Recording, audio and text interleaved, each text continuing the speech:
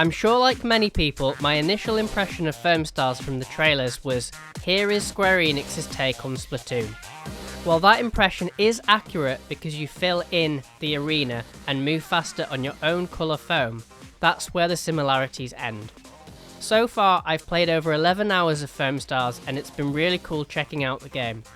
I imagine it is very difficult to create a unique feeling multiplayer game nowadays, given the development time and cost.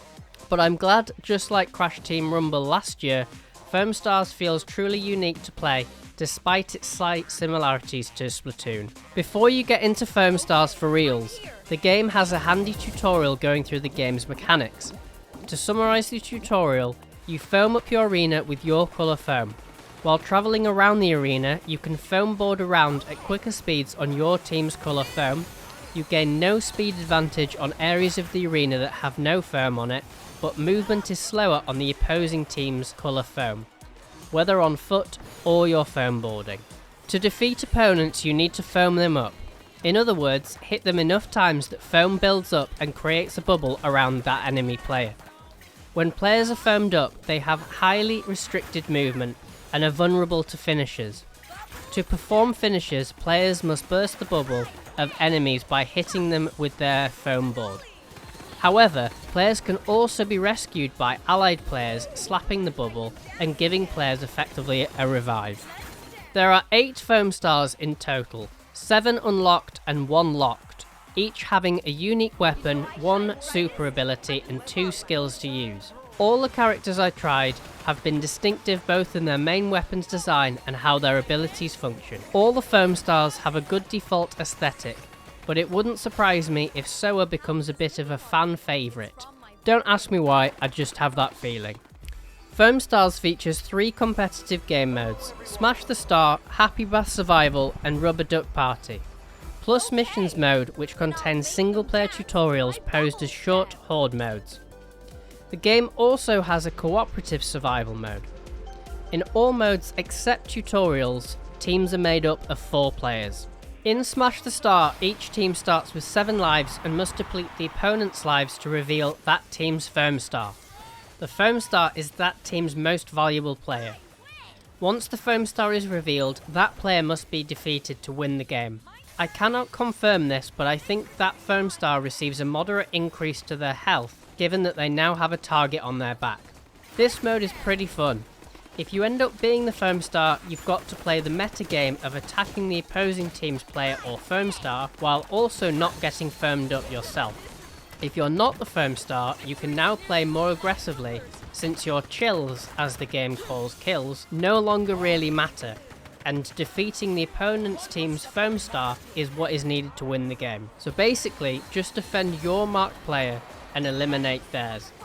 However, if the Foamstars continue surviving, the arena starts to shrink just like Fortnite's Storm. Rubber Ducky Rapids, as I'm naming this mode, is pretty fun. Teams fight to capture the DJ Duck, who starts off at the centre of the arena.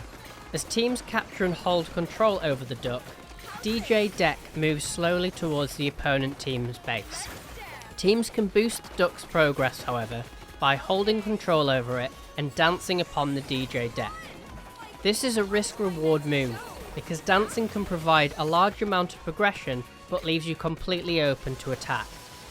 You can back out of dancing, but you lose any boogie progress. I think this is a really cool game mechanic, and I have shook some booty to boost the DJ Duck a fair amount of times while teammates kept enemy players at bay. I have also been flattened many times trying to tango. I can't recall a single time where I noticed players going for chills, because the win condition is all focused on the duck, which makes it a great competitive mode in my opinion. I played this game mode in ranked play a lot, and damn did I have some good fun and competitive matches. In Happy Bath Survival, 2 players are down on the arena floor and 2 players are above the arena providing support. The 2 players in the arena are in a 2v2 battle to eliminate both opponents at the same time. If one player is knocked out, they can be brought back in if the other player is able to survive approximately 20 to 30 seconds.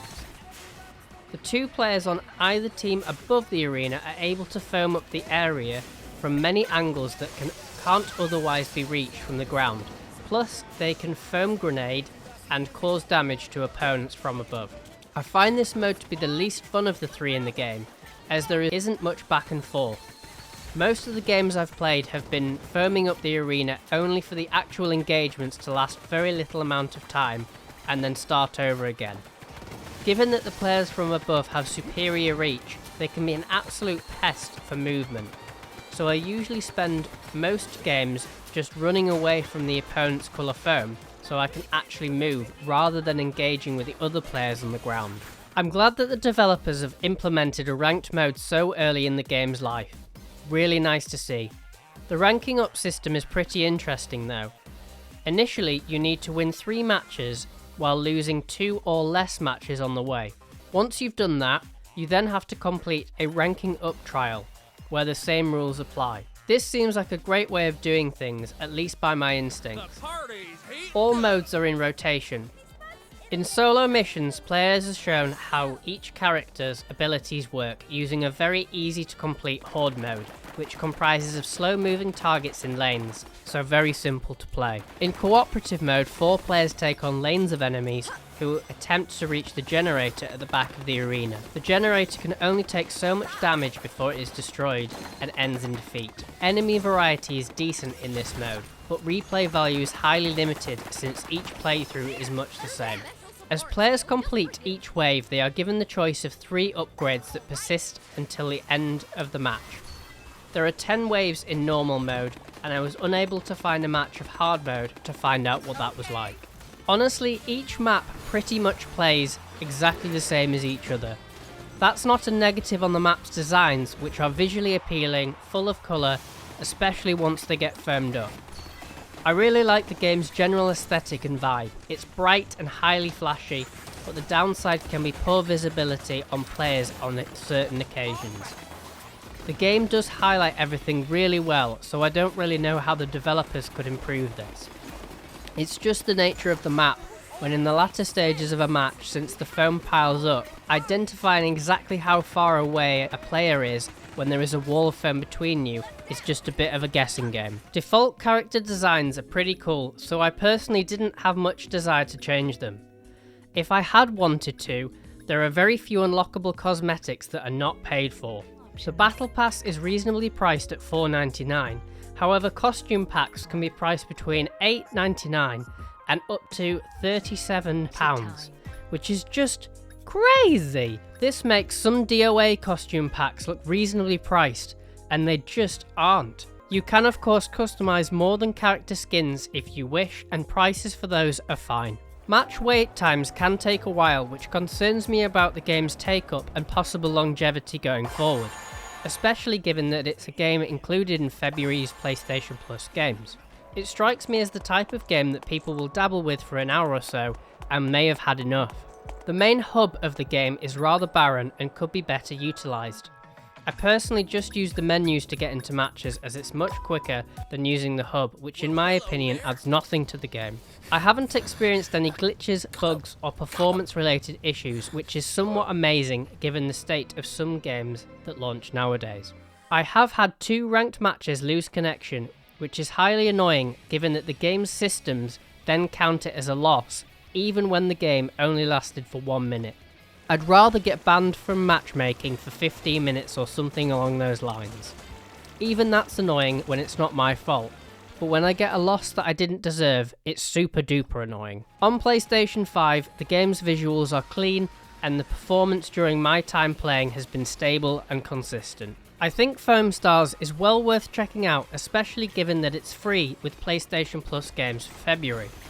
I've found it good fun to hop on for a few games, as matches do not last very long and there is plenty of action within that time. I do have concerns about the game's longevity, just because there is so much competition and it's the kind of game you check out and then check out of, if you get what I mean. Anyway, hopefully you enjoy it if you decide to check it out, and thank you for watching my review.